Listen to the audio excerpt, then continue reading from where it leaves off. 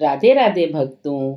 आज हम सत्यनारायण व्रत कथा का पाठ और श्रवण करेंगे, जिसको सुनने मात्र से हजार यज्ञ के बराबर पुण्य हम लोगों को मिल जाता है। हमारे सारे जीवन के जो भी दुख और कष्ट हैं और धन लाभ होता है हम लोगों को। सत्यनारायण व्रत कथा में भगवान विष्णु के सत्य स्वरूप के बारे में बताया गया है। व्रत का पाठ करने से ही घर में सुख और समृद्धि का वास हो जाता है और भगवान विष्णु की कृपा हम पर बनी रहती है। ये 5 अध्याय में वितरित है। इस तरह से हम लोग एक एक अध्याय का श्रवण करेंगे। अध्याय 1 से शुरुआत करते हैं। बोलो विष्णु भगवान की जय, सत्यनारायण भगवान की जय। एक समय की बात है, नैमिषारण्य तीर्थ में सौनिकादि 88,000 ऋषियों ने श्री सूत जी से पूछा, हे प्रभु, इस कलयुग में वेद विद्या रहित मनुष्यों को प्रभु भक्ति किस प्रकार मिल सकती है तथा उनका उद्धार कैसे होगा। हे मुनिश्रेष्ठ, कोई ऐसा तप बताइए जिससे थोड़े समय में ही पुण्य मिले और मन वांछित फल भी मिल जाए। इस प्रकार की कथा सुनने की हम सब इच्छा रखते हैं। सर्व शास्त्रों के ज्ञाता सूत जी बोले, हे वैष्णव, मैं पूज्य आप सभी के ने प्राणियों के हित की बात पूछी है, इसलिए मैं एक ऐसे श्रेष्ठ व्रत को आप लोगों को बताऊंगा जिसे नारद जी ने लक्ष्मी नारायण जी से पूछा था और लक्ष्मीपति ने मणिश्रेष्ठ नारद जी से कहा था। आप भी इसको ध्यान से सुनिए। एक समय की बात है, योगी राज नारद जी दूसरों के हित की इच्छा के लिए अनेकों लोकों में घूमते हुए मृत्यु लोक में आ पहुंचे। यहाँ उन्होंने अनेक योनियों में जन्मे प्राय सभी मनुष्यों को अपने कर्मों द्वारा अनेकों दुखों से पीड़ित देखा। उनका दुख देखकर नारद जी सोचने लगे कि कैसा यत्न किया जाए जिसके करने से निश्चित रूप से मानव के दुखों का अंत हो जाए। इसी विचार से पर मनन करते हुए वह विष्णु लोक में गए। वहां पर देवों के ईश नारायण की स्तुति करने लगे, जिनके हाथों में शंख चक्र गदा और पद्म थे, गले में वरमाला पहने हुए थे।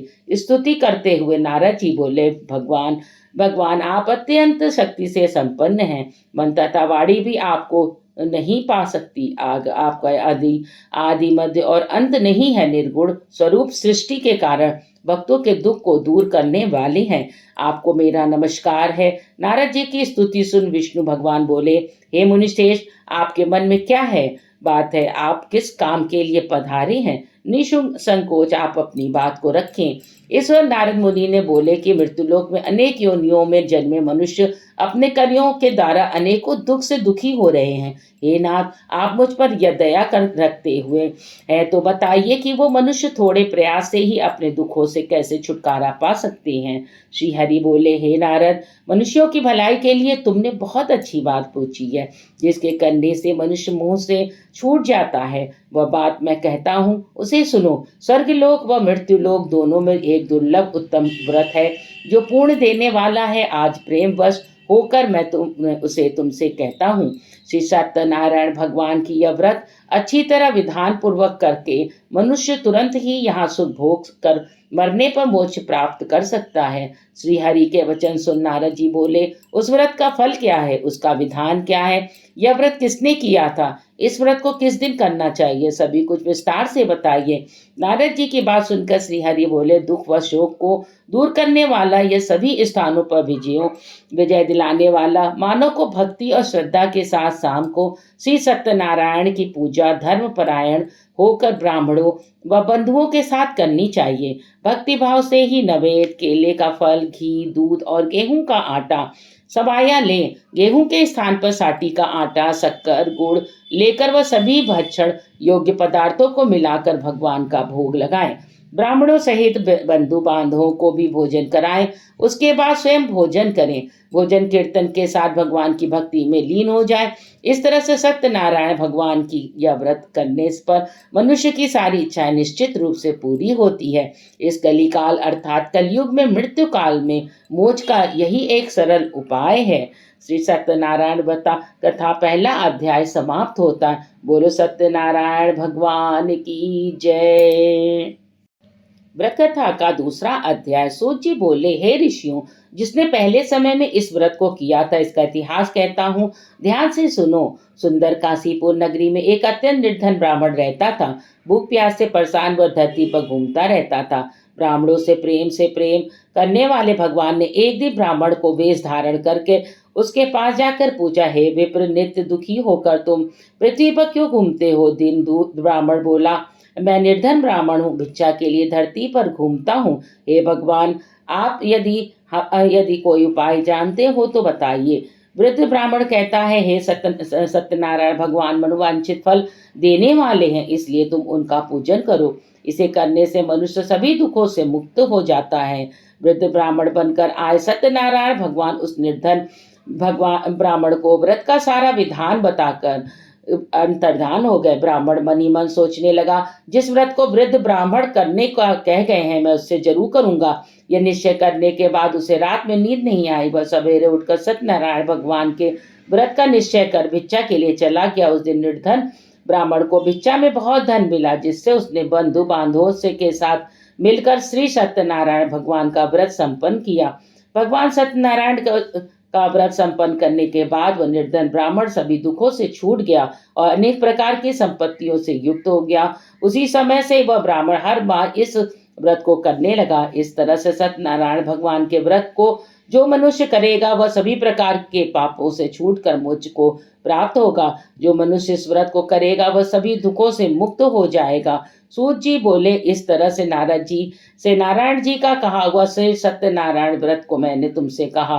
हे विप्रो, मैं अब और क्या कहूँ? ऋषि बोले, हे मुनिवर, संसार में उस विप्र से सुनकर और किस किस ने इस व्रत को किया, हम सब इस बात को सुनना चाहते हैं। इसके लिए हमारे मन में श्रद्धा का भाव है। सूत जी बोले, हे मुनियों, जिसने इस व्रत को किया वे सब सुनो। एक समय वही विप्र धन और वह ऐश्वर्य के समान अपने बंधुओं के साथ इस व्रत को करने को तैयार हुआ। उसी समय एक लकड़ी बेचने वाला बूढ़ा आदमी आया। लकड़ियां बाहर रखकर अंदर ब्राह्मण के घर में गया। प्यास से दुखी व लकड़हारा उनको व्रत करते देख विप्र को नमस्कार कर पूछने लगा कि आप यह क्या कर रहे हैं? तो उन्होंने बताया कि मैं व्रत कर रहा हूँ तथा इसे करने से क्या फल मिलेगा, कृपया मुझे बताइए। ब्राह्मण ने कहा, सब मनोकामनाओं को पूरा करने वाला है सत्यनारायण भगवान का व्रत है।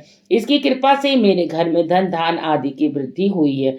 विप्र से सत्यनारायण व्रत के बारे में जानकर लकड़हारा बहुत प्रसन्न हुआ। चरणामृत लेकर वह प्रसाद खाने के बाद अपने घर गया। लकड़हारे ने अपने मन में संकल्प किया, आज लकड़ी बेचने से जो धन मिलेगा उसी से श्री सत्यनारायण भगवान का उत्तम व्रत करूंगा। मन में इस विचार को ले बूढ़ा आदमी सिर पर लकड़ियां रखकर उस नगर में बेचने गया जहां धनी लोग ज्यादा रहते थे। उस नगर में उसे अपनी लकड़ियों के दाम पहले से 4 गुना मिल गए।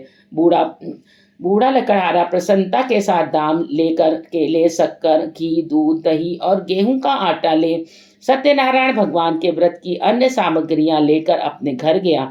वहां उसने अपने बंधु बांधवों को बुलाकर विधि विधान से सत्यनारायण भगवान की पूजन और व्रत किया। इस व्रत के प्रभाव से वह बूढ़ा लकड़हारा धन, पुत्र आदि से युक्त होकर संसार के समस्त सुख भोग अंत काल में बैकुंठ धाम चला गया। यहाँ पर दूसरा अध्याय समाप्त होता है। बोलो श्री सत्यनारायण भगवान की जय।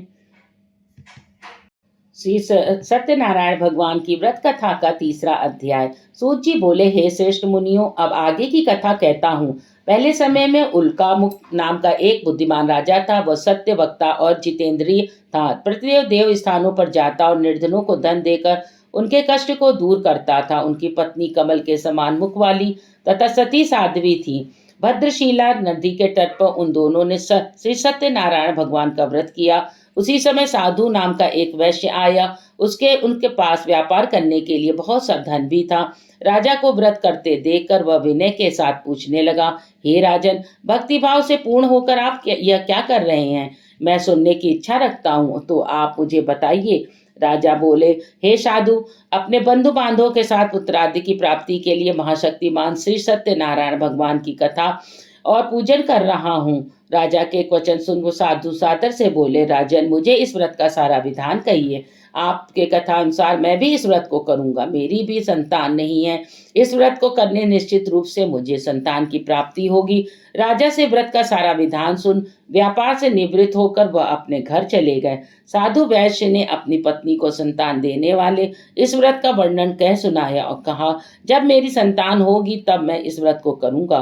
साधु ने इस तरह के वचन अपनी पत्नी लीलावती से कहे।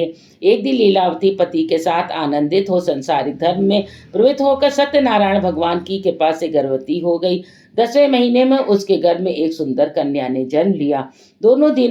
दिनों दिन वह ऐसे बढ़ने लगी जैसे कि शुक्ल पक्ष का चंद्रमा बढ़ता है। माता पिता ने अपनी कन्या का नाम कलावती रखा। एक दिन लीलावती ने मीठे शब्दों में अपने पति को याद दिलाया कि आपने सत्यनारायण भगवान के जिस व्रत को करने का संकल्प किया था उसे आप करने का समय आ गया है। आप इस व्रत को करिए। साधु बोला, हे प्रिय, इस व्रत को मैं उसके विवाह पर करूंगा। इस प्रकार अपनी पत्नी को आश्वासन देकर वह नगर की ओर चला गया। कलावती पिता के घर में रहकर वृद्धि को प्राप्त हो गई। साधु ने एक बार नगर में अपनी कन्या को सखियों के साथ देखा तो तुरंत ही दूत बुलाया और कहा, मेरी कन्या के योग वर देख कर आओ। साधु की बात सुनकर दूत कंचन नगर में पहुंचा और वहां देखभाल कर लड़की के सुयोग्य वाणिक पुत्र को ले आया। सुयोग्य लड़के को देखकर साधु ने बंधु बांधवों को बुलाकर अपनी पुत्री का विवाह कर दिया। लेकिन दुर्भाग्य की बात ये कि साधु ने अभी भी श्री सत्यनारायण भगवान की व्रत नहीं किया।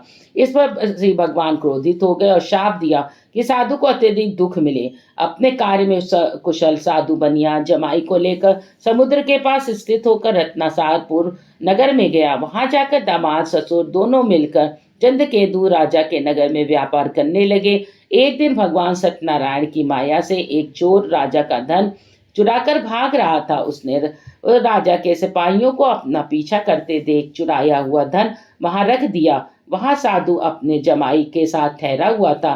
राजा के सिपाहियों ने साधु वैश्य के पास राजा का धन पड़ा देख तो वह ससुर जमाई दोनों को बांध कर प्रसन्नता से राजा के पास ले गए और कहा, उन दोनों चोरों हम पकड़ लाए हैं, आप आगे की कार्रवाई करें। राजा की आज्ञा से उन दोनों को कठिन कारावास में डाल दिया गया और उनका सारा धन भी उनसे छीन लिया गया। श्री सत्यनारायण भगवान से श्राप से साधु की शक्ति पत्नी भी बहुत दुखी हुई। घर में जो धन रखा था उसे चोर चुरा ले गए। शारीरिक मानसिक पीड़ा व भूख प्यास से अति दुखी हो अन्न की चिंता में कलावती के ब्राह्मण के घर गई। वहां उसने श्री सत्यनारायण भगवान का व्रत होते हुए देखा और कथा भी सुनी। वह प्रसाद ग्रहण व रात को घर वापस आ गई। माता के कलावती से पूछा कि पुत्री, अब तक तुम कहाँ थी?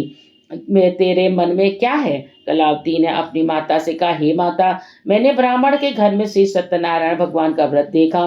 कन्या के वचन सुन लीलावती भगवान के पूजन की तैयारी करने लगी। लीलावती ने परिवार व बंधुओं सहित सत्यनारायण भगवान का पूजन किया। उनसे वर मांगा कि मेरे पति तथा जमाई शीघ्र घर आ जाएं। साथ ही यह प्रार्थना की कि हम सब का अपराध क्षमा करें। श्री सत्यनारायण भगवान इस व्रत को से संतुष्ट हो गए और राजा चंद्रकेतु को सपने में दर्शन देकर कहा, हे राजन, तुम उन दोनों वैश्यों को छोड़ दो। तुमने उनका जो भी धन लिया है उन्हें वापस कर दो। अगर ऐसा नहीं किया तो तुम्हारा धन, राज्य व संतान सभी कुछ नष्ट हो जाएगा। राजा को यह सब कहकर वह अंतर्ध्यान हो गए। प्रातःकाल सभा में राजा ने अपना सपना सुनाया। फिर बोले, बड़े पुत्रों को कैद से मुक्त कर सभा में ले आओ। दोनों ने आते ही राजा को प्रणाम किया। राजा मीठी वाणी में बोला, हे मानवो, भाग्यवश ऐसा कठिन दुख तुम्हें प्राप्त हुआ, लेकिन अब तुम्हें कोई भय नहीं है। ऐसा कह राजा ने उन दोनों को नए वस्त्र आभूषण भी पहनाए। जितना धन उनका लिया था उनसे 2 गुना धन वापस कर दिया। दोनों वैश्य अपने घर को चले गए। श्री सत्यनारायण व्रत कथा का 3रा अध्याय संपूर्ण। बोलिए श्री सत्यनारायण भगवान की जय। अब 4था अध्याय प्रारंभ होता है। सूत जी बोले, वैश्य ने मंगलाचार कर अपनी यात्रा आरंभ की और अपने नगर की ओर चल दिए। उनके थोड़ी दूर जाने पर एक दंडी वेशधारी श्री सत्यनारायण ने उनसे पूछा, हे साधु, तेरी नाव में क्या है? वाणिक बड़े हंसता हुआ बोला, हे दंडी, आप क्यों पूछते हो? क्या धन लेने की इच्छा है? मेरी नाव में तो बेल पत्ते भरे हुए हैं। वैश्य कठोर वचन सुन भगवान बोले, तुम्हारा वचन सत्य हो। दंडी ऐसे वचन कर वहां से दूर चले गए। कुछ दूर जाकर समुद्र किनारे बैठ गए। दंडी के जाने के बाद साधु वैश्य ने नित्य क्रिया के पश्चात नाव को ऊंची उठते हुए देखकर अचंबा माना और नाव में बेल पत्ते आदि देखकर वह मूर्छित हो जाकर गिर पड़े। मूर्छा खुलने पर वह अत्यंत शोक में डूब गया। तब उसका दामाद बोला, आप शोक न मनाएं, यह दंडी का श्राप है। इसलिए हमें इनकी शरण में जाना चाहिए, तभी हमारी मनोकामना पूरी होगी। दामाद की बात सुनकर वह दंडी के पास पहुंचा और अत्यंत भक्तिभाव नमस्कार कर बोला, मैंने आपसे जो सत्य असत्य वचन कहे थे उनके लिए मुझे क्षमा दे। ऐसा कहकर महान श्रोता को रोने लगा। तब दंडी भगवान बोले, हे वणिक पुत्र, मेरी आज्ञा से बार बार तुम्हें दुख प्राप्त हुआ है, तू मेरी पूजा से विमुख हुआ है। साधु बोला, हे भगवान, आपकी माया से ब्रह्मा आदि देवता भी आपके रूप को नहीं जानते, तब मैं अज्ञानी कैसे जान सकता हूँ। आप प्रसन्न हो ये अब मैं असामर्थ्य के अनुसार आपकी पूजा करूंगा, मेरी रक्षा करो। पहले के समान नौका को धन से भर दो। साधु वैश्य के भक्तिपूर्ण वचन सुनकर भगवान प्रसन्न हो गए और उसकी इच्छा अनुसार वरदान देकर अंतर्धान हो गए। ससुर जमाई जब नाव पर आए तो नाव धन से भरी हुई थी। फिर वह अब वहीं अपने अन्य साथियों के साथ न सत्यनारायण भगवान का पूजन कर अपने नगर को चल दिए। जब नगर में नजदीक पहुंचे तो दूत को घर पर खबर करने के लिए भेज दिया। दूत साधु की पत्नी को प्रणाम कहता हुआ कहा, मालिक अपने दामाद सहित नगर के निकट आ गए हैं। दूत की बात सुन साधु की पत्नी लीलावती ने बड़े हर्ष के साथ सत्यनारायण भगवान का पूजन कर अपनी पुत्री कलावती से कहा कि मैं अपने पति के दर्शन को जाती हूँ, तू कार्य पूर्ण कर शीघ्र आ जाना। माता के ऐसे वचन सुन कलावती जल्दी से प्रसाद छोड़कर अपने पति के पास चली गई। प्रसाद की अवज्ञा के कारण श्री सत्यनारायण भगवान रुष्ट हो गए और नाव सहित उसके पति को पानी में डुबो दिया। कलावती अपने पति को वहां न पाकर रोती हुई जमीन पर गिर पड़ी। नौका को डूबा हुआ देख व कन्या को रोता देख साधु दुखी होकर बोला, हे प्रभु, तुम मुझसे तथा मेरे परिवार से जो भूल हुई उसे क्षमा करें। साधु के दीन विचार सुनकर श्री सत्यनारायण भगवान प्रसन्न हो गए।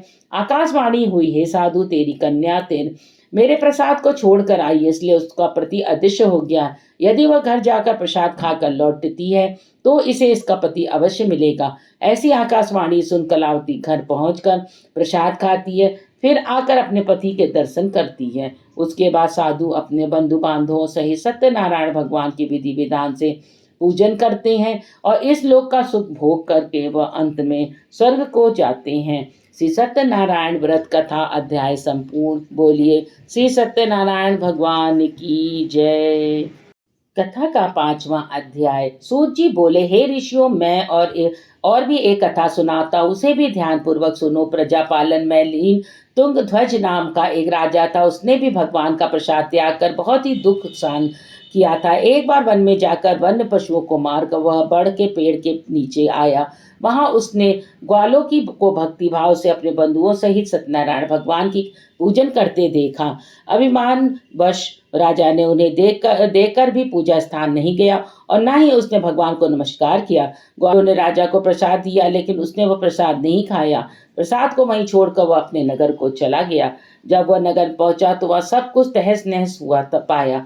वह शीघ्र ही समझ गया कि यह सब भगवान ने ही किया है। वह दोबारा ग्वालों के पास पहुंचा और विधि पूर्वक पूजा कर प्रसाद खाया। श्री सत्यनारायण भगवान की कृपा से सब कुछ पहले जैसा हो गया। दीर्घकाल तक सुख और भोगने के लिए मरणोपरांत उसे स्वर्गलोक की प्राप्ति हुई। जो मनुष्य परम दुर्लभ इस व्रत को करेगा, जो भगवान सत्यनारायण की अनुकंपा से उसे धन धान की प्राप्ति होगी। निर्धन धनी हो जाता है, भयमुक्त हो जीवन जीता है, संतानहीन मनुष्य को संतान सुख मिलता है और सारे मनोरथ पूर्ण होने लग मानो अंतकाल में वैकुंठ धाम को चला जाता है। सूत जी बोले, जिन्होंने पहले इस व्रत को किया है, अब उनके दूसरे जन्म की कथा कहता हूँ। वृद्ध सतानंद ब्राह्मण सरतामा का जन्म लेकर मोक्ष की प्राप्ति की। लकड़हारे ने अगले जन्म में निषाद बनकर मोक्ष प्राप्त किया। उल्का मुख नाम का राजा दशरथ होकर वैकुंठ को गए। साधु के नाम के वैश्य ने मोरध्वज बनकर अपने पुत्र को आरे से चीर कर मोक्ष पाया। महाराज तुंगध्वज ने स्वयंभू होकर भगवान में भक्ति युक्त को कर्म पर मोक्ष पाया। श्री सत्यनारायण व्रत कथा अध्याय समाप्त। बोलो सत्यनारायण भगवान की जय।